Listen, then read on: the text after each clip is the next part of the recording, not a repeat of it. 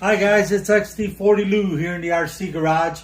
On the table today I have my Redcat Everest 10 chassis with the TRX4 Sport body.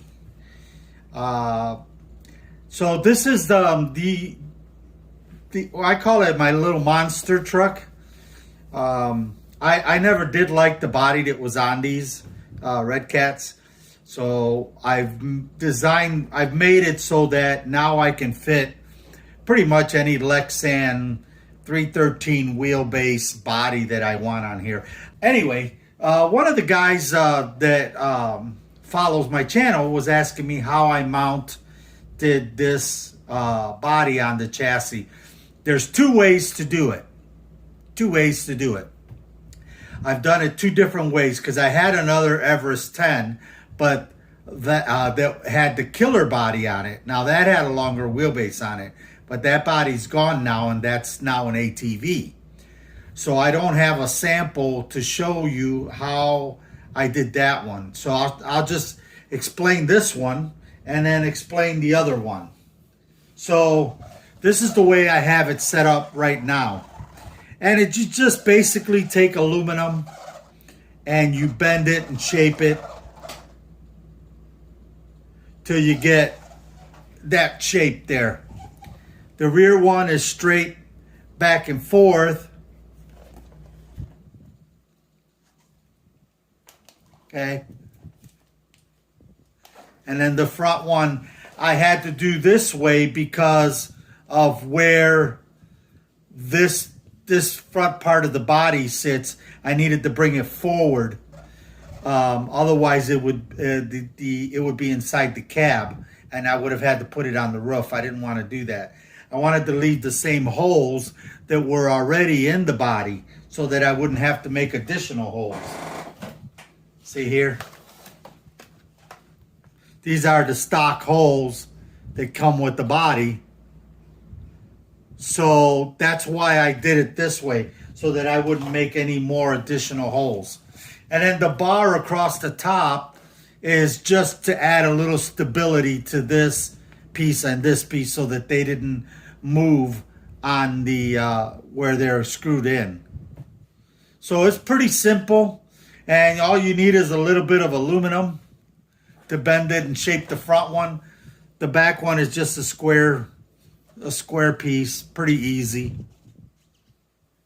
And then you just make some holes on top and attach some body posts to the top of this. But these Everest 10 chassis are really versatile. You can do a lot with them. I've made 4 different cars with these, from ATVs to military. I forget what it was called. It was called a mule. And I also made a swamp buggy out of one of them. There's videos on all of these. The swamp buggy was pretty cool. And I'm thinking of making another swamp buggy. Just my first one didn't turn out too good as far as being stable. So that's why I took it down, and then I made this. I had this leftover body, so that's when I made this monster truck out of it. But I kind of really like it the way it is. If I ever do a swamp buggy again, I would probably just buy another Everest 10. I don't think I'll always want at least one monster truck in my collection of RC cars. So anyway, that's how I mounted it. This I just make out of coat hangers. I've had a couple of people ask me about where I bought my custom row bar. Actually, all it is plastic coat hanger, and all I did was bend it to this shape, kind of unique shape. Not too many you see out there, but it kind of allows the car, when it flips over, to roll more nicely. And sometimes because it rolls, I can get it back up on its wheels without having to go get it and turn it over physically. But yeah, and then all you do is put heat shrink over the tubing, the coat hanger. And all you do is use a heat gun to shape it the way you want it. You know, it gets real soft with the heat gun. You shape it, and then you just, you know, put it on there. Pretty easy one. But, yep, coat hanger and heat shrink for that row bar. In case, you know, I know a couple of guys asked me where I bought it, and I was like, no, I made that one. But you don't have to do nothing to this. The only thing, I do have the option, and I have the kit available. One of the nice things about the Everest 10 is it comes ready to make into a four-wheel steer vehicle. Everest 10s all come equipped that way, unless the new ones, they stop doing that. But I can make this four-wheel steer by just removing this link and then adding a servo and a plate, and I already have that. You can buy the kit, the servo plate and screws for like $7, and then you just buy a servo, and then you need a steering link, and you got four-wheel steer. Pretty easy. I had it with four-wheel steer before, and I saved all the parts for it. But now, you know, that's what I got. Little monster truck. So I love it. It's a great little truck. It performs really, really well. It's got phenomenal articulation. I mean, this thing is crazy crawler.